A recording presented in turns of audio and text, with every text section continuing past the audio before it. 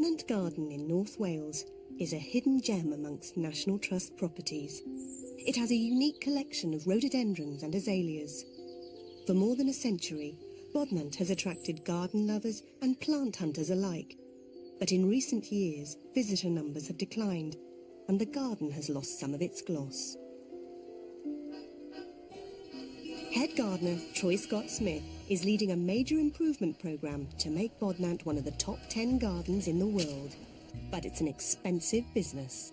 The fountain we repaired in the round garden, £8,000 for one repair. Lawn work, big expense a lawn. One lawn and over there, the tennis lawn, it's about £3,000 a year just to maintain that one lawn. The hedge cutting takes 2 people 4 weeks to do. Running in Bodnant is obviously a very expensive operation. We spend over £1 million a year on this garden. We've got to get that money back.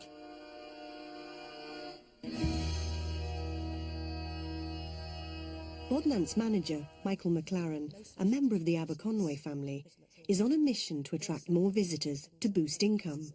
With Visitor Services Manager Anne Smith, he's devised an ambitious programme of 27 events from April through to September. Michael, can we just have a look through the... This is the draft schedule, you've got your copy there, 4 events for next year. Sealed Knot, Civil War, a weekend event, 2 days. It would be probably the major event, I think. It'll be very noisy, I have to say, because there will be cannons and musket fire. So, right. Yes. The only trouble about cannons and musket fires, it can detract from the experience of other people coming around the garden to see the beauty and tranquility of the place, and they might feel a little nose out of joint that it's punctuated by gunfire. As well as the Civil War reenactment, there'll be archery, falconry, opera and drama throughout the summer. It's a way of giving more pleasure to more people who come to Bodnant and they want to see a play or an opera or whatever it may be. It's more revenue, hopefully profit. It generally increases the profile of Bodnant, and I'm completely determined that we're going to make it financially even more self-sufficient than it is, provided, of course, that it doesn't spoil the ethos of the place. One event that certainly won't threaten the ethos of Bodnant is the Head Gardener's guided tour. My name's Troy, head gardener. What I propose we'll do then, we'll just stroll around the garden, talk a little bit about the history, a little bit about the design of the garden. Troy takes up to 15 garden enthusiasts around Bodnant once a month. It's a popular attraction, with tickets selling out months in advance.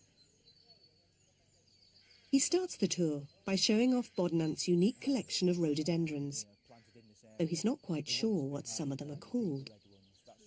But this one's got no name. It's something that we are struggling with. What we do is we try and use metal detector, try and see if we can find any old labels that are buried underneath the soil.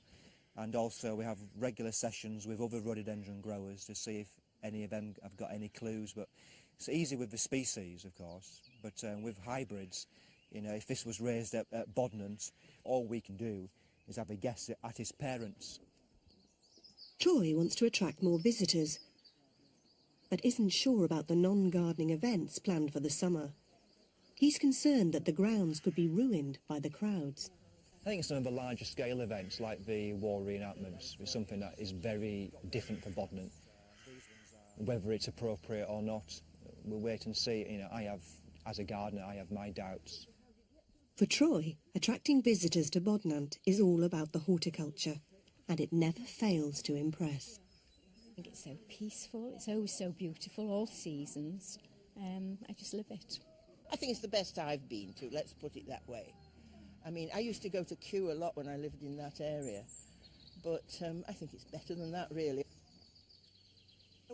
But at £5 a head, this small-scale tour won't make much of a dent in the garden's annual £1 million maintenance bill. So they're pinning their hopes on more ambitious events to broaden the appeal of Bodnant and bring in a new source of income.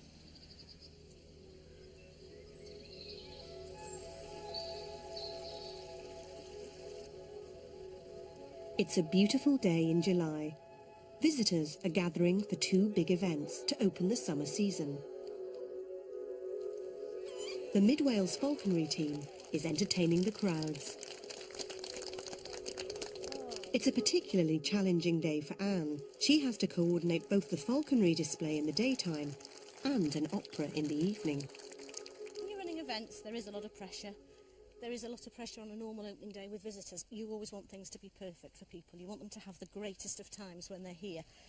I quite thrive on that, really. We're going to get the birds off out, and then we're going to do something called an eye-to-talon coordination with Harris hawks. And this just demonstrates The falconry display is going down well, as flying. especially the Harris hawks skillfully catching their prey in mid-flight. They're going to come back into the arena when they catch it. Nice round of applause and a cheer.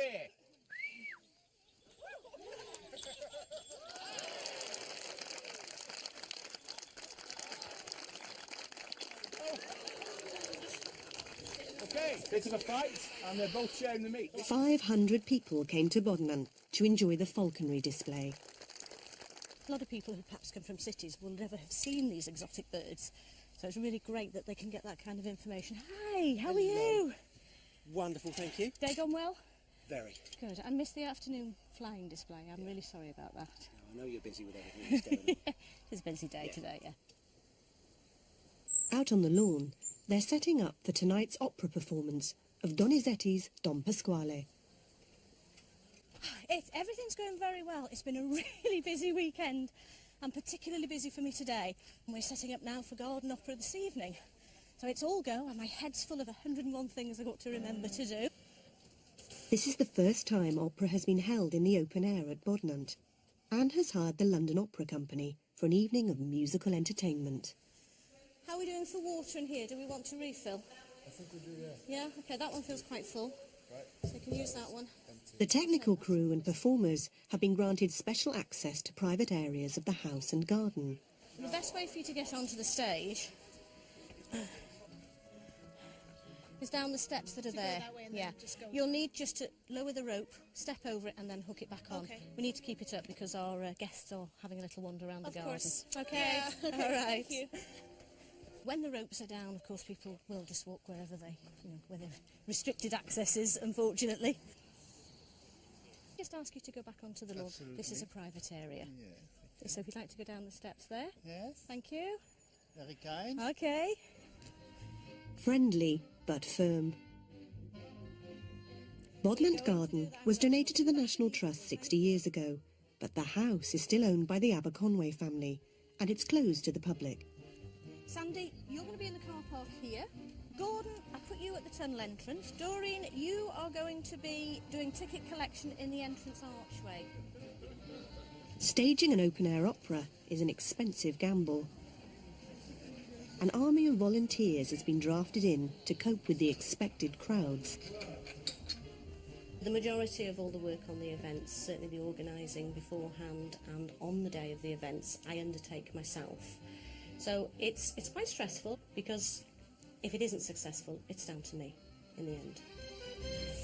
The team of 20 gardeners is working hard to ensure that the garden looks its best on this important occasion. But Troy is worried that so many visitors could damage the lawns.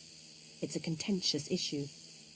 My job is to care for the garden, and when you see lots more visitors coming in who are potentially not garden lovers, because of course if you get lots of visitors who are gardeners, well, they understand the problems, but people coming for, let's say, the Civil War reenactment, might not actually understand at all the sort of pressures and the fragility of the garden, and so it just, creates a bit of worry for me that potentially the garden could be damaged. And for me, of course, the long-term future of the garden is much more important than one event.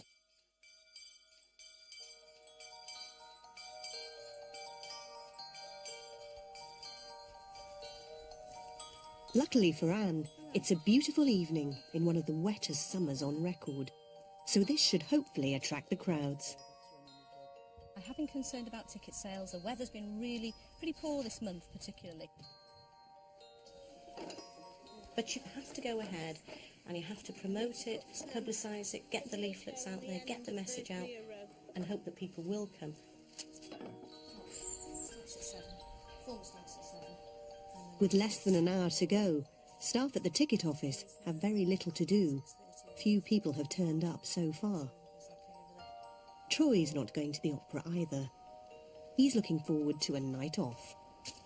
I'd only stress, I wouldn't actually enjoy the performance, so I'd rather just keep away and then come back the following day and then assess any damage. So that's the reason really why I'm not at the opera.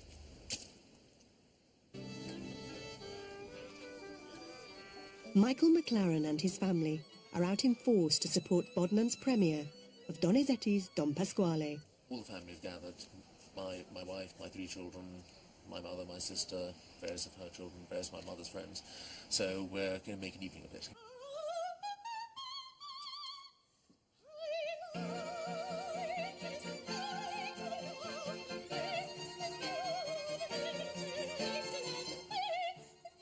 The McLaren family and National Trust staff appear to make up around half the audience. Despite a low turnout, Michael and his wife Caroline are convinced that this is the way forward for Bodnant.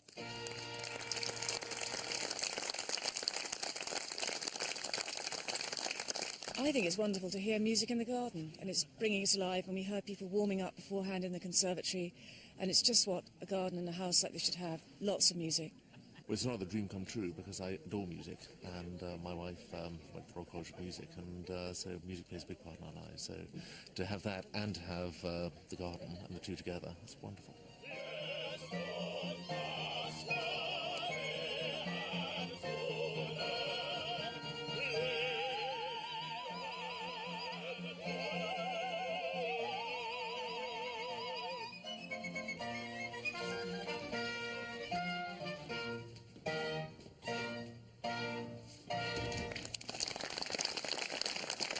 It's a lively modern production in a glorious setting, but only 93 people are here to enjoy the performance. Not as many as I really would have hoped who would have turned up for this evening event. It's always a risk, it's always a bit of a gamble with an evening event, and particularly opera. It's perhaps not everybody's cup of tea. Michael and Anne have to face the fact that the opera was not quite the success they would have wished. Just had a quick word with Anne. I think we haven't got enough quite to break even. But I think this is the way forward, and we'll work at it and see whether we can get numbers up. And I'd love to see operas fairly regularly at Bodnant. But at the moment, you're right, there aren't enough people here. I expected to be fighting to get a seat. I've been to Tatton Park and things like that before, where you have those big concerts. So we were rather sad, and we think next year it needs to be better marketed. We've done our absolute utmost to promote and publicise this particular event. We've had it on our website, on the National Trust's website. We've produced leaflets and posters. They've gone out everywhere locally, throughout North Wales, Cheshire and Merseyside as well. So we really have done absolutely everything that we can to get the message out there. We've got opera in the garden. If something isn't working, then obviously I will aim to discuss it. I'll make my views known, and I will discuss it with whoever is the relevant person, and we'll try to work out ways forward, ways to improve in the future.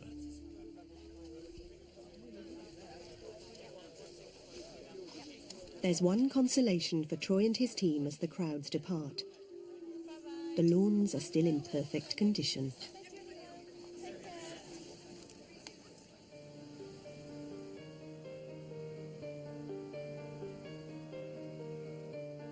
Water lilies have been star attractions in Bodnant for almost a century.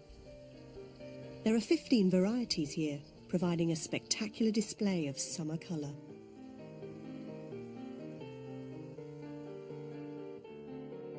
Behind the lily pond sits the Pin Mill, a landmark at Bodnant.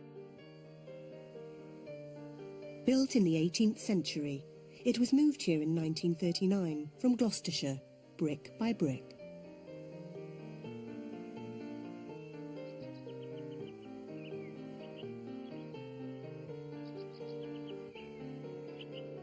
It's a fantastic space, isn't it? The design and the sense of space and the proportions.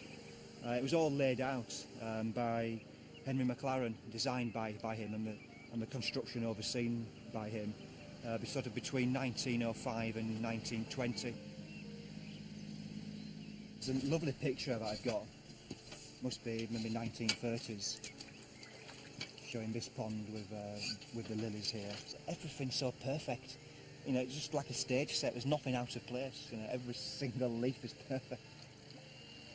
I don't know how many gardeners there are, maybe it's 50, 60 gardeners, but it just shows you the amount of attention that they gave to the garden when it was being laid out.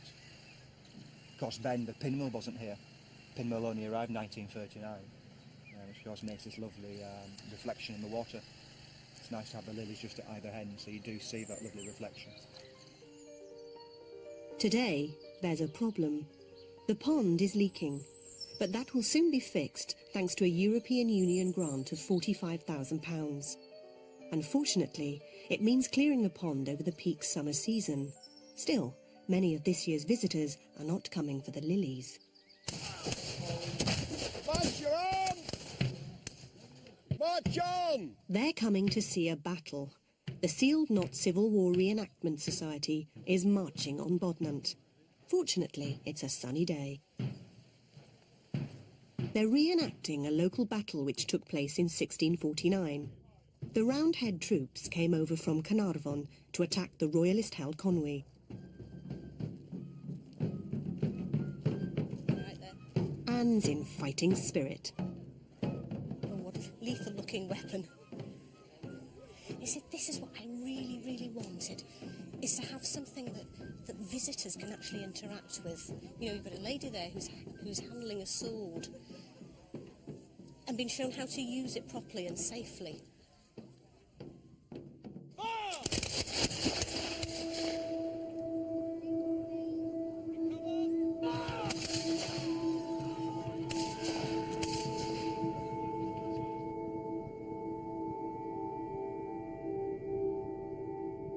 As a gardener, you become ever so precious about your garden because you put so many hours into it, you know, not just me, but the 20 other gardeners. You know, if you think about how much time we've dedicated to the garden, quite hard, you know, ugly work sometimes, cold and wet or too hot, and yeah, you don't want it damaging.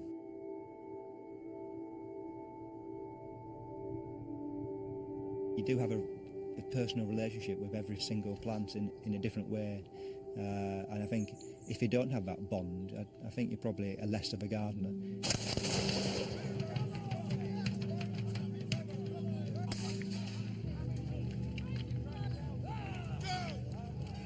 The Royalists and Roundheads are invading at Bodnant. All the volunteers are kitted out in authentic costume. My husband and I have been members of the Sealed Knot for 30 years. When we heard we were coming to Bodnant, that was a must on the calendar. We had to come here. This is the one place that we thoroughly enjoy. There are more dead bodies on the Royalist side, and the Roundheads claim victory. That was excellent. Yeah, first time I've ever been, and yeah, it was great, smashing. Really excited, actually. I like the old cannons and that going off. You know. Bit of a fright, like, but it was nice, great, yeah. Even though we live here, I've never been to Bodnant, but because the Sealed Knot were here today, we thought, well, we'd come and have a look, but it was really good. I think as long as there's quiet days in between when you want to enjoy the peace of the garden, it's great. I wouldn't want to see this every time I came here, but as a one-off event, I think it's been really good. The battle at Bodnant is a triumph. The two-day event attracted 3,500 visitors and made a profit of £8,000. Clearly, it brings people in. Once they've seen the event, they've still got the whole of the garden to enjoy, so it's a really good added value visit. And it's going to be a success for Bodnant's income as well, and that obviously is the bottom line, really.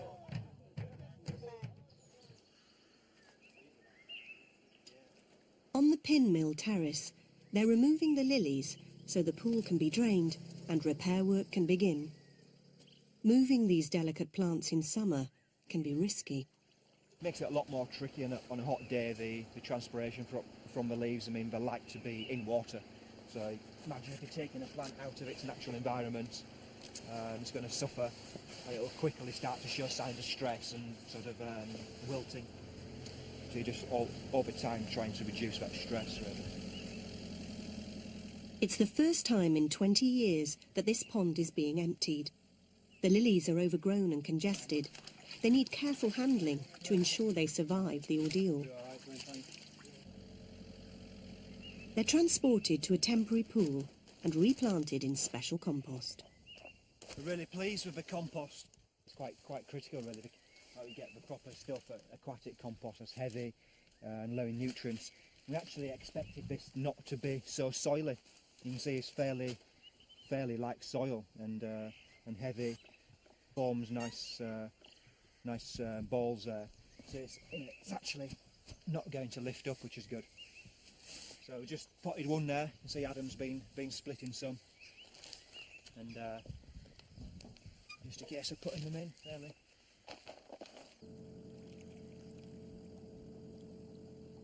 This temporary pool is the lilies' home for the next 8 months, while essential repairs are carried out at the lily pond. It's not a pretty sight, but it's a small price to pay to safeguard this important feature.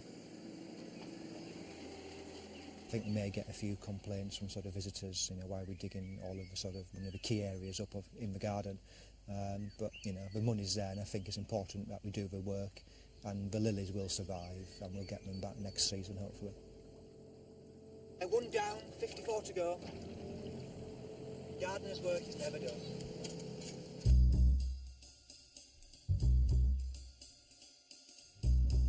As the summer draws to an end, Anne and the team are preparing for the last event of the season. The BBC television programme Antiques Roadshow is coming to Bodnant. It's an opportunity to show the garden to millions of viewers. And an event like this is quite different for us. It's not something we've held here before. So I think they'll enjoy seeing the film crews here and the experts. If we get somewhere between 1,500 and 3,000 people here tomorrow, it would be the highest number of people we've had to an actual event. So it will be the biggest event in the garden's entire history. The Bodnant team is keen to impress the antique lovers and the television stars.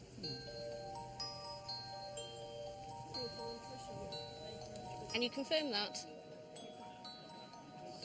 Just waiting for Fiona Bruce to arrive. She's running a little bit late and all the press are waiting to see her.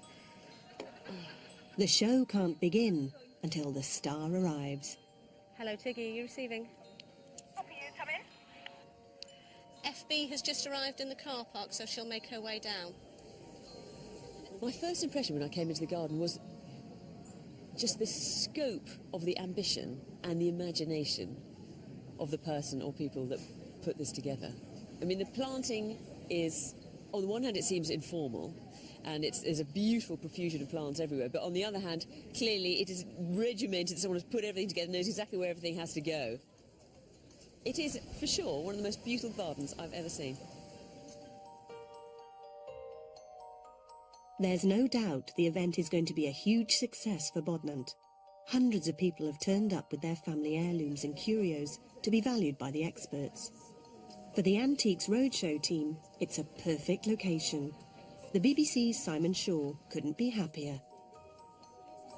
Main interest on the roadshow is the objects and the owners, but it's important to us as well to be able to have a really compelling backdrop, and ideally with a great history, and this just came together beautifully for us. And we have been so incredibly lucky with the weather today. And this is one event that Troy doesn't want to miss. I wasn't going to bring anything, but I decided to. It's oil on canvas painting, so it'd be interesting just to bring it along and see what the experts say. Something that I've always liked. It's hanging in my living room, so it's we'll see what they say. For Troy, it's a complete change of heart. He's put aside his fears for the garden. I am much more relaxed today. It would be a shame if I didn't enjoy these days and just continually worried about them, because it actually does bring something extra to Bodnant, I think. Here we are in Wales, looking at the interior of a stately home in Kent, which is Knoll, which I expect you knew that was Knoll. Yes. And it's a fantastic view because I actually know this artist that painted this called Frank Moss Bennett. He specialised in doing historical genre painting. I think that actually if it was an auction, it would make somewhere in the region of £1,200 to £1,800. It was interesting. I mean, it's nice to hear a bit of a story about the artist and the actual subject matter. Value-wise, it would have been nice if it had a few more notes on. Oh dear. Excuse me, it's this way. Oh, really just going to look through the window? No, I'm afraid you can't do that. No, thank you. Crowd control is still a challenge for Anne. Over 2,000 visitors have arrived, But unfortunately for Bodnant, they haven't paid to come in. That is an income loss, if you like, for us. But also it increases our visitor numbers. And more importantly, it's raising the profile of the garden as well to a greater audience. So balancing that up, it's worth it. It has been very worthwhile today. And much to Troy's relief, there appears to be very little damage to his precious lawn. When you look across generally, you can see the lawn's been walked on, but I think it's well worth it, isn't it? What a day we've had. Been fantastic, fantastic atmosphere, decent weather. Really enjoyed it, actually. When it was broadcast, the television programme got a huge audience, bringing 6 million viewers to admire the garden as a backdrop for the show. Over the course of the summer, the events programme had its highs and lows, but overall it's been a resounding success, bringing new visitors to Bodnant, heightening its profile and making a profit of £16,000. Even Troy has finally accepted that non-gardening events are essential. We certainly have to be mindful that we're dealing with probably a dwindling garden enthusiast market. So I think if we can attract more tourists and more serious gardeners, both, that would serve my purpose because the garden's getting better and certainly help getting more visitors in. It's a simple equation. More events equals more visitors and more income, so Troy can spend more on improving the garden. And that's the point for Michael. I'd like to see the events develop along the same lines as have happened this year, with obviously improvements where we can make them. But broadly speaking, the events were very successful this year, and I'd like to build on that success for next year.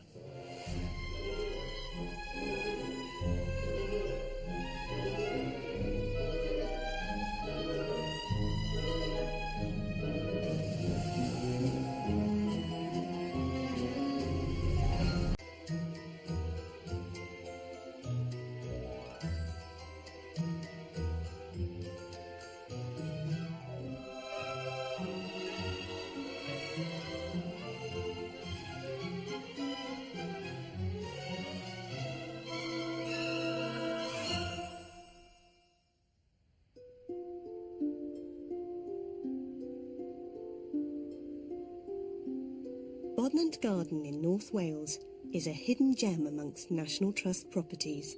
It has a unique collection of rhododendrons and azaleas.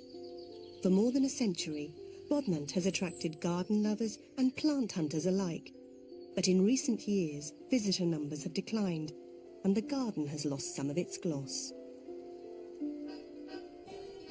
Head gardener Troy Scott-Smith is leading a major improvement programme to make Bodnant one of the top 10 gardens in the world. But it's an expensive business. The fountain we repaired in the round garden, £8,000 for one repair. Lawn work, big expense of lawn. One lawn and over there, the tennis lawn, it's about £3,000 a year just to maintain that one lawn. The hedge cutting takes 2 people,